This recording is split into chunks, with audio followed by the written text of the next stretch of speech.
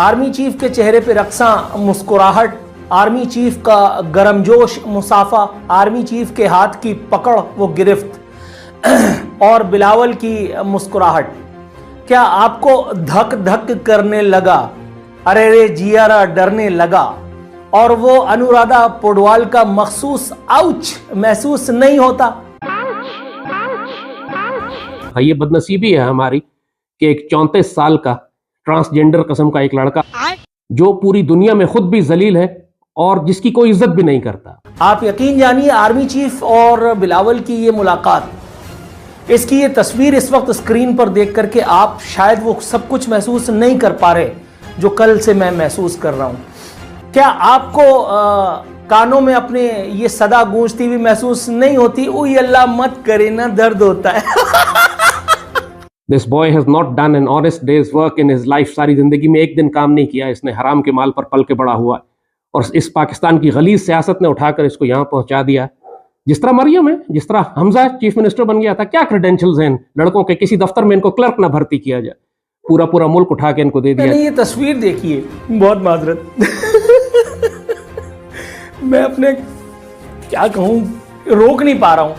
मतलब जब से मैंने ये तस्वीर देखी है, आप यकीन कीजिए अजीब अजीब से आइडियाज मेरे दिमाग में आ रहे हैं। आर्मी चीफ अपने तौर पर जो इनसे मुलाकात फरमा रहे थे, उसका न जाने इन्होंने क्या मतलब लिया, क्या मतलब नहीं लिया, लेकिन आसिफ अली सरकारी जो एक मर्तबा फिर से सरकारी हो रहे हैं, जो कभी जरदारी हुआ करते थे और बहुत भारी हुआ करते थे, उनके लबों पे जो रक्सा मुस्कुराहट है, उनकी जो 32वीं बार निकली हुई है, जाहिर है वो भी मुस्तकबिल के सुहाने सपने उनकी आंखें संजो रही हैं और वो बहुत ज़्यादा गलत भी नहीं है अपने इस फेल में।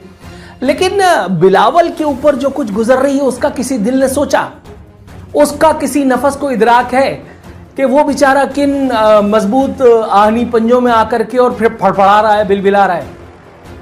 मतलब बिलावल की जान कौन छुड़वाएगा आर्मी चीफ से? आर्मी चीफ ने अभी तो सिर्फ मुसाफा करने के लिए हाथ पकड़ा है, लेकिन आपको पता है फिर पाकिस्तान में बात निकलेगी तो फिर दूर तलक जाएगी। जगजीत ने कहा था। आपको अगर थोड़ी बहुत इस गवर्नमेंट की पॉलिसीज में बेहतरी नजर आती है, जहां तक फॉरेन पॉलिसी या डिफेंस पॉलिसी का ताल्लुक है, तो उसका ताल्लुक इस हुकूमत से नहीं है, आर्मी की चेंज ऑफ कमांड से। इस हुकूमत से काम करवाया जा रहा है। तो ये सब चीजें बिलावल ने तो नहीं प्लान की, ये सब चीजें शहबाज शरीफ तो प्लान नहीं कर रहा, मगर army chief does not control the entire government. पूरी सिविलियन ब्यूरोक्रेसी जो है उसको तो आर्मी चीफ कंट्रोल नहीं करता, पूरी सुप्रीम कोर्ट या हाई कोर्ट उसको आर्मी चीफ तो कंट्रोल नहीं करता। ये एक परसेप्शन है यहाँ पे कि army chief controls everything in the country. It doesn't happen like this. Bilawal की हम बात कर रहे हैं तो बिलावल की कुछ और नादिर और नायाब तस्वीर में आपके सामने लेके हाजिर हुआ हूँ। ये बिलावल की तस्वीर देखिए जरा, उफ। आप इस तस्वीर पर जरा बिलावल की अबरू को ऊपर और नीचे जाते देखिए। ये मशहूर ज़माना तस्वीर, हालांकि इस एक मौके पे उसने नहीं कहा था ये जुमला, लेकिन यहाँ वो फिट होता है कि जब बारिश आता है तो फिर पानी आता है, और जब ज्यादा बारिश आता है तो फिर ज्यादा पानी जो है वो आता है। हजरत बिलावल इंटर्न वजीर खारजा तो बनी चुके, पाकिस्तान के यंगेस्ट वजीर खारजा, उनको एक मरतबा फिर जो है वो उनकी आंखों में ख्वाब संजोए गए थे कि बेटा तुम्हें मैं प्राइम मिनिस्टर बनवाऊंगा। बिलावल को चने की झाड़ पे चढ़ा करके और आसिफ अली जरदारी जो है वो ऐवान सदर की तरफ निकल गए और बिलावल बेचारे टाएं टाएं फिश करते रह गए। जिसका सिर्फ क्रेडेंशियल, जिसकी सारी बैकग्राउंड यही है, वो सिर्फ इसलिए फॉरेन मिनिस्टर है कि इसके बाप दादा गंदी फिल्मों के टिकट ब्लैक करते थे और सिंध कंट्रोल कर रहे हैं आज। That's it. बाकी पूरी दुनिया में इसकी कौन सी इज्जत है, कौन सा रिस्पेक्ट है? इंशाल्लाह फिक्र ना करें, कॉन्सेप्ट है ये, सिर्फ एक टेम्पररी गुजारा किया जा रहा है सारे सेटअप के साथ। सर, नई हुकूमत के लिए मईशत की बहाली अब एक बड़ा चैलेंज है। IMF मुआहिदे के बगैर हमारा गुजारा नहीं है। IMF की नई शराइत पर अमल दरामद हुकूमत के लिए कितना बड़ा चैलेंज होगा? राना साहब, ये पाकिस्तान जैसे मुल्क के लिए कितना सोबरिंग मोमेंट है कि मैं ये कह रहा हूँ आपको कि पाकिस्तान को 24वें IMF प्रोग्राम में अपनी 76 साल हिस्ट्री में चले जाना चाहिए। जरा सोचिए कि एक ICU का डॉक्टर है और आपने 76 इयर्स अपनी जिंदगी के गुजारे हों। आप बिल्कुल आम फहम जबान में लोगों को समझ लेना चाहिए कि खड़े कहाँ हैं। और 76 साल एक जिंदगी में अगर मेरे वालिद हों और वो 24 दफा ICU में गए हों, तो आप कुछ तो कहेंगे ना कि यार आपके वालिद क्या डाइट नहीं ठीक लेते, एक्सरसाइज नहीं करते, क्या करते हैं वो, क्या उनकी आदत बुरी हैं, कोई तो चीज उनकी गलत होगी कि 24 दफा ICU में हुआ है। इसको आसान समझने का तरीका यही है कि कोई भी इंसान 24 दफा तो आईसीयू में नहीं जाता।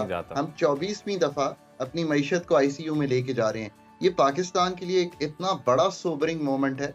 25 करोड़ आवाम का मुल्क, इतनी बड़ी माइंस एंड मिनरल्स की पोजीशन, इतना बड़ा एग्रीकल्चर, दुनिया का एक बहुत बड़ा जिसे आप कहते हैं वाटर का निज़ाम, डैम्स, एक इतनी बड़ी यंग पॉपुलेशन, और हम आईसीयू की डॉक्टर के पास फिर जा रहे हैं जो कि ऐसी अद्वियात देगा तो जो हमें आईसीयू में से 76 बरस से जब ये सारी सूरत हाल है, गलती कहाँ पर है सर? हमारी क़यादत ना अहल है, अवाम इनफ प्रेशर नहीं डालते हुकूमत पे कि राइट मेजर्स लिए जाएं, ये मसला किधर है सर? देखिए, मसले ये सारे ही एग्जिस्ट करते हैं। पहले तो ये है कि कभी भी हमने ये सोचा ही नहीं। आज भी हम यही कह रहे हैं कि कोई फॉरेन कंसल्टेंट्स आ जाएंगे, आज भी हम यही कह रहे हैं कि कोई आईएमएफ का प्रोग्राम आ जाएगा। यार, where is your own programme? Where is your own fiscal programme? Fiscal इसलिए कि अभी टैक्स की आपने बात की, आप बताइए ना कि आप क्या रियल एस्टेट से टैक्स लेना चाहते हैं?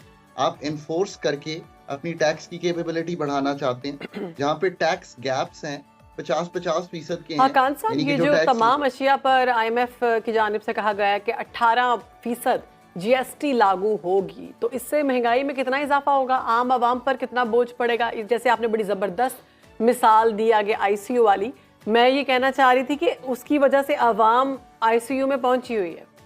दोस्तों, मुझे उम्मीद है कि ये वीडियो आपको पसंद आया होगा। वीडियो पसंद है तो प्लीज़ हमारे YouTube चैनल को जरूर सब्सक्राइब कीजिए। इसी प्रकार का भविष्य में वीडियो देखने के लिए चैनल को सब्सक्राइब कीजिए। हमारे इस YouTube चैनल पे आपको इससे भी ज़्यादा इंटरेस्टिंग वीडियो भविष्य में देखने को मिलता रहेगा। तो प्लीज़ हमारे YouTube चैनल सोच टाइम्स को सब्सक्राइब कीजिए, वीडियो को लाइक कीजिए, इस वीडियो को अपने दोस्तों के साथ जरूर शेयर कीजिए। नमस्कार, फिर मिलेंगे अगले